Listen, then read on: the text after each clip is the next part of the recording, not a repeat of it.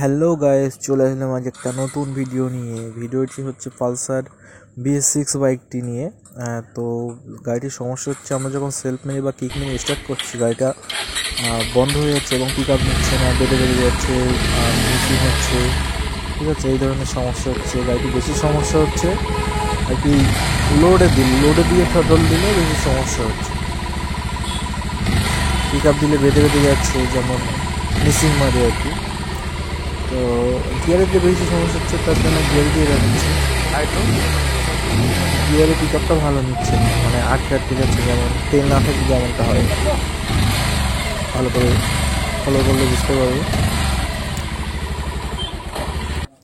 তো এই সমস্যাটা সমাধান করতে গেলে আমাদের আগে ভালোভাবে চেক আপ করতে হবে যে কেন সমস্যাটা হচ্ছে। তো আমরা চেক আপ প্রথম থেকেই শুরু করে নেবো, যে আমাদের এটা কেমন আসছে, মানে তেলের সাপ্লাইটা, পাম্প কেমন তেল দিচ্ছে সেটা দেখতে হবে। তো ওটা আমরা ফার্স্টে চেক করে নেব যে পাম্প কেমন তেল দিচ্ছে, প্রেশারটা কেমন দিচ্ছে। অনেক সময় আমরা দেখেছি বেশ কিছু গাড়িতে যে পাম্পে প্রেশার নেই কিংবা পাম্প কাজ করছে কিন্তু তেল আসছে না। হ্যাঁ, তো আমরা ফার্স্টে তেলটা দেখবো যে খুব জোরে তো দেওয়ার কথা, যার কারণে আমি একটা বোতল ধরে দেখছি। তেলের স্পিড দেখতে হচ্ছে একদম অল্প, মানে এই পিকআপে তো, মানে এই প্রেশারে তো মিসিং মারবে। আর যা পেট্রোল বার হয়েছে সব জল মেশানো আর কি, মানে জল পাইল হয়ে আছে ওর সাথে। তো এইটাকে সমস্যা সমাধান করতে গেলে সবার আগে ট্যাঙ্কিটা খুলে নিতে হবে এবং খুলে নেওয়ার পর আমরা তেলটা বার করে দেখবো কী সমস্যা হয়, মানে তেলের মধ্যে কী সমস্যা আছে। জল তো আছেই আছে, যেটা একটুখানি পাম্প দিয়ে বার হলো সেটা থেকেই বোঝা যাচ্ছে যে জল আছে ট্যাঙ্কির মধ্যে অনেক। এর কারণেও মিসিং মারে, জলের কারণেও মিসিং মারে। ঠিক আছে, আর পালসারে এই ধরনের সমস্যা বেশি হয় ট্যাঙ্কির ভিতরে জল যাওয়ার। ওর যে জল যাওয়ার একটা রাস্তা আছে, মানে একটা পাইপ লাইন করা আছে, যেটা লকের পাশ দিয়ে জল ঢুকে নিচে দিয়ে পড়ার জন্য একটা লাইন করা আছে। সেই লাইনটা জাম হওয়ার ফলে এই সমস্যাটা বেশি হয়। আমরা সবার আগে আর কি ফিউলের যে মিটার ককটা আছে, মানে ফিউল কক, তো এটা বার করে আগে এখান থেকে তেলটা বার করে নেওয়ার চেষ্টা করবো, যেহেতু তেল অনেক আছে আর এর তো চাবি নেই। আগের সময় যে চাবিগুলো থাকতো, মানে তেল অনাবের যে চাবিটা, সেইখান থেকে আমরা খুলে তেল বার করে নিতে পারতাম, কিন্তু এর সেরকম অবস্থা নেই। আমরা যদি সাইডে পাম্প খুলেও বের করে নেওয়ার চেষ্টা করি, কিন্তু অনেকটা তেল নষ্ট হয়েছে, মাটিতে পড়ে যায়। যেহেতু আমি পাইপ দিয়ে বার করে নেবো, একটু সময় লাগলেও তেলগুলো বেঁচে যাবে, পেট্রোলগুলো বেঁচে যাবে। তো পটল মুখ দিয়ে টানতে গিয়ে পটলের মুখে চলে গেছে তেলটা। আমরা দেখতে পাচ্ছি অনেকটা মানে জল বার হয়েছে, অনেকটা তেলের সাথে অনেকটা জলও বার হয়েছে। আর ওইখানে পাম্প দিয়ে যেহেতু পাম্প করার পরে চাবি টপ করে অন করার পরে তেলের সাথে জল মিক্স ছিল, যার কারণে আমরা আগে তেলটা বার করে নিয়ে তারপর পাম্পটা খুলে নিয়েছি।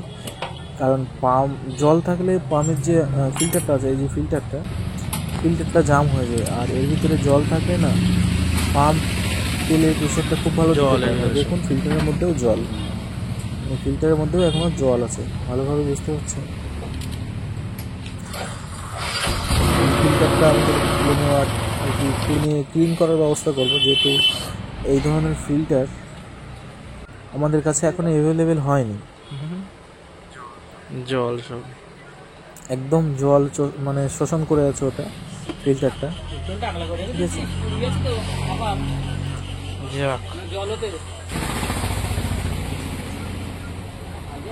তো এই যে আমাদের পটল আর একটা গাড়ি নিয়ে পড়েছে, ডিসকভারটার একই সমস্যা, মিসিংয়ের সমস্যা। কিন্তু ডিসকভারটার ট্যাঙ্কিতে জল নেই, ওটা একটু কার্বোরেটর জাম হয়ে গেছে, তার জন্য মিসিংয়ের সমস্যা। আর এই হলো আমাদের পালসার, আর এরই কাজ চলছে। এই আর বলতে হবে না। তো এই ফিল্টার তো, মানে এই যে পাম্পের যে ফিল্টার তো আমাদের কাছে অ্যাভেলেবেল নয়, যার কারণে আমি এটা একটু পরিষ্কার করবো, এয়ার মেরে একটু পেট্রোলে ধুয়ে পরিষ্কার করবো।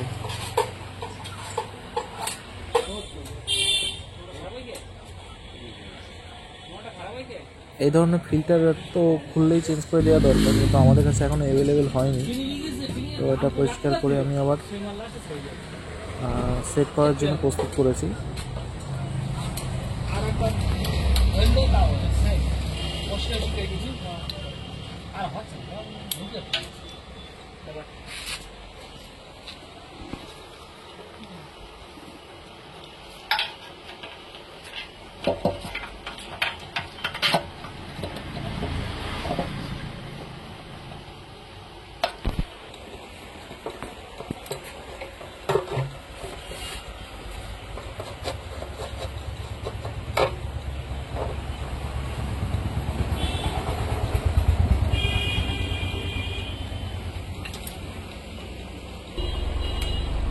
আর ট্যাঙ্কিটা উল্টো করে রাখা আছে, একটা মোটা কাপড়ের উপরে রাখা আছে, ঠিক আছে।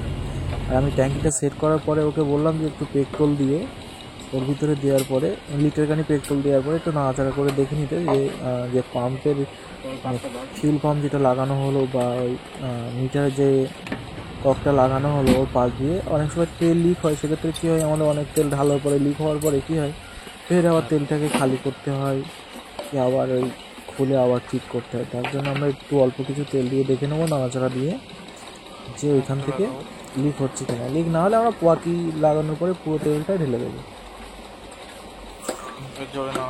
সিলিন্ডার নাড়াচাড়া দিয়ে দেখবো যে আর বার হচ্ছে কিনা।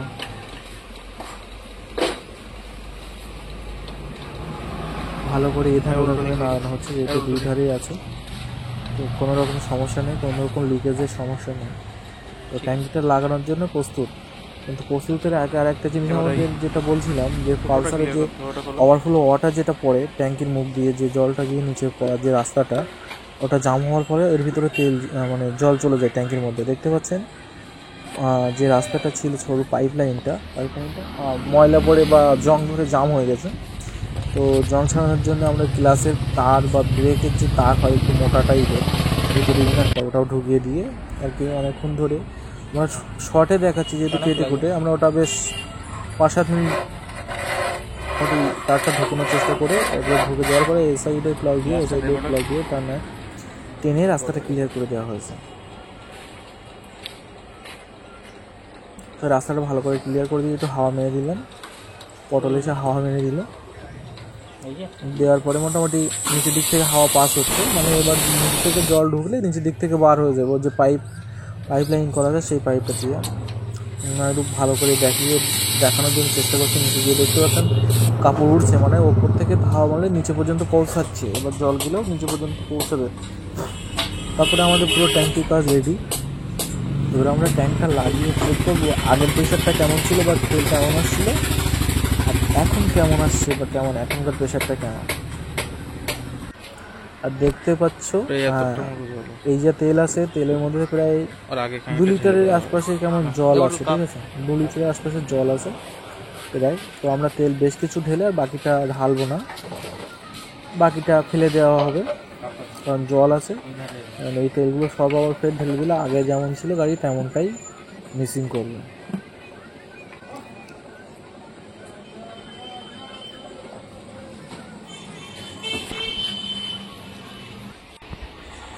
তেল মোটামুটি যতটা ঢালা গেছে আমরা ঢেলে দিয়েছি, বাকি যেটুকুনি আছে জল আছে আর অল্প তেল আছে উপরে, ওটা নেওয়া যাবে না, ওটা বাদ টোটালি। তো এবার আমরা প্রেশারটা চেক করব, ঠিক আছে। এবারে প্রেশারটা কেমন দেয় আমরা সেটা চেক করব। আগে কেমন দিচ্ছিল সেটা আমরা দেখিয়েছি বোতলে ভরে 3-4 বার পাম্প করার পরে প্রায় 50 ml আশপাশে তেল বার হয়েছে। কিন্তু একবারে পাম্প করলেই মোটামুটি চাবি অন করলেই 50 গ্রামের বেশি তেল দেয়, মানে 50 গ্রামের আশপাশে তেল দেবে একবারে, যেটা আগেবার দেখিয়েছে 3-4 বার এসছে, ঠিক আছে। এবার দেখতে পাচ্ছ আগে কেমন তেল দিয়েছে আর এখন কেমন তেল দিচ্ছে, একদম পারফেক্ট। এখন এবার শুধু লাগানোর অপেক্ষায়। এবার লাগিয়ে আমি একটা টেস্ট ড্রাইভ করবো, দেখবো যে ঠিকঠাক আছে কিনা। তার আগে স্টার্ট করে তো দেখবোই ঠিক আছে কিনা। এই যে সিলিন্ডার সেট করে দিলেন, একদম সুন্দর পিকআপ হচ্ছে। এবার তোমরা দেখতেই পাচ্ছ পিকআপ, মানে আওয়াজটা শুনে ফুল পিকআপ হচ্ছে। এবার মানে আমাদের যে সমস্যা মেন ছিল যে ট্যাঙ্কির মধ্যে জল ছিল এবং ট্যাঙ্কিতে ছিল সেটাও জাম ছিল, যার কারণে পাম্প অন করার পরে তেলটা খুব একটা আসছিল না, আর জলের জন্য তো মিসিং করছিল। তো গাড়িটা রেডি করে আমি একবার টেস্ট ড্রাইভ করবো। তো গাড়িটা চালিয়েছে, আমি দেখলাম যে গাড়িতে আর কোনো সমস্যা নেই, আগের মতোই সুন্দর আছে। আর এই ধরনের ভিডিও পেতে আমাদের চ্যানেলকে সাবস্ক্রাইব করে লাইক শেয়ার ও ফলো করতে ভুলবেন না। আর ভিডিওটি কেমন লাগলো কমেন্টে আপনার মতামত জানান। ধন্যবাদ।